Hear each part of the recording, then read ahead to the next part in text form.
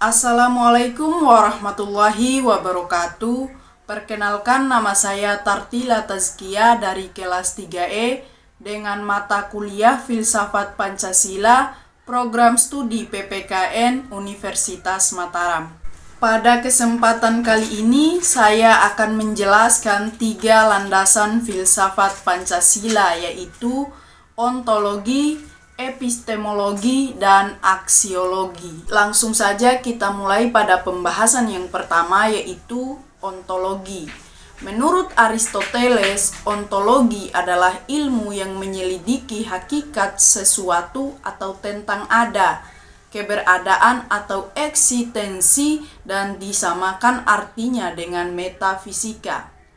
Bidang ontologi menyelidiki tentang makna yang ada, eksistensi dan keberadaan manusia, benda, alam semesta, atau kosmologi, metafisika. Secara ontologis, penyelidikan Pancasila sebagai filsafat dimaksudkan sebagai upaya untuk mengetahui hakikat dasar dari sila-sila Pancasila. Pancasila yang terdiri atas 5 sila, setiap sila bukanlah merupakan asas yang berdiri sendiri, melainkan memiliki satu kesatuan dasar ontologis. Subjek pendukung pokok Pancasila adalah manusia.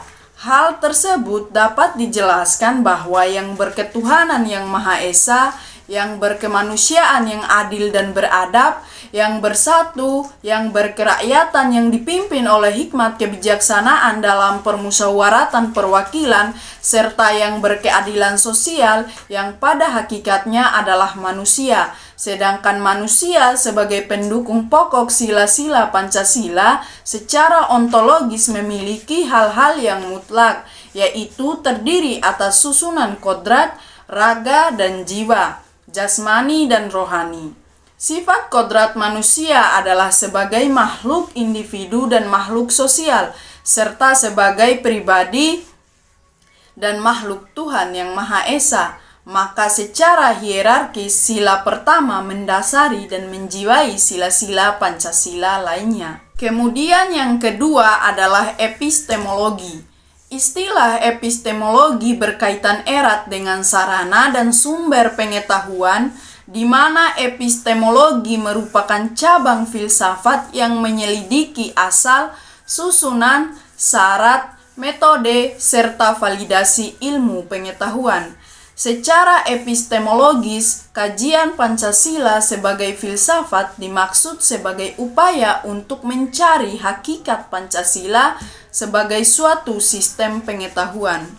Sebagai suatu sistem pengetahuan, maka Pancasila memiliki susunan yang bersifat formal logis, baik dalam arti susunan Pancasila maupun isi arti sila-sila Pancasila tersebut. Susunan kesatuan sila-sila Pancasila bersifat hierarkis dan berbentuk piramida yang digunakan untuk menggambarkan hubungan hierarkis sila-sila Pancasila. Di sini dapat kita lihat bagaimana bentuk sila-sila Pancasila yang berbentuk piramida. Bentuk piramida ini maksudnya adalah sila pertama menjiwai keempat sila lainnya. Sila kedua didasari sila pertama dan mendasari serta menjiwai sila ketiga, keempat, dan kelima. Sila ketiga didasari dan dijiwai sila pertama dan kedua, serta mendasari dan menjiwai sila keempat dan kelima. Sila keempat didasari dan dijiwai sila pertama, kedua, ketiga, serta mendasari dan menjiwai sila kelima. Sila kelima didasari dan dijiwai sila pertama, kedua, ketiga, dan keempat. Dengan demikian, susunan Pancasila memiliki sistem logis baik menyangkut kualitas maupun kuantitasnya. Selanjutnya adalah aksiologi. Istilah aksiologi berasal dari kata Yunani yaitu aksios yang artinya nilai, manfaat, dan logos yang artinya pikiran, ilmu atau teori. Aksiologi adalah teori nilai, yaitu sesuatu yang diinginkan, disukai, atau yang baik. Bidang yang diselidiki adalah hakikat, nilai, kriteria nilai, dan kedudukan metafisika suatu nilai. Aksiologi Pancasila membahas tentang filsafat nilai Pancasila. Dalam filsafat Pancasila disebutkan ada 3 tingkatan nilai, yaitu nilai dasar, nilai instrumental, dan nilai praktis. Nilai dasar adalah asas-asas yang kita terima sebagai dalil yang bersifat mutlak, sebagai sesuatu yang benar atau tidak perlu dipertanyakan lagi. Nilai-nilai dasar dari Pancasila adalah nilai ketuhanan, nilai kemanusiaan, nilai persatuan, nilai kerakyatan, dan nilai keadilan. Kemudian yang kedua, nilai instrumental adalah nilai yang berbentuk norma sosial dan norma hukum yang selanjutnya akan terkristalisasi dalam peraturan dan mekanisme lembaga-lembaga negara. Kemudian yang ketiga adalah nilai praktis. Nilai praktis adalah nilai yang sesungguhnya kita laksanakan dalam kenyataan. Nilai ini merupakan batu ujian apakah nilai dasar dan nilai instrumental itu benar-benar hidup dalam masyarakat. Bidang yang diselidiki pada aksiologi adalah hakikat nilai, kriteria nilai, dan kedudukan metafisika suatu nilai. Nilai berasal dari kata Latin valera yang artinya kuat, baik, berharga. Dalam kajian filsafat merujuk pada sesuatu yang sifatnya abstrak yang dapat diartikan sebagai keberhargaan atau kebaikan. Nilai itu sesuatu yang berguna. Nilai juga mengandung harapan akan sesuatu yang diinginkan.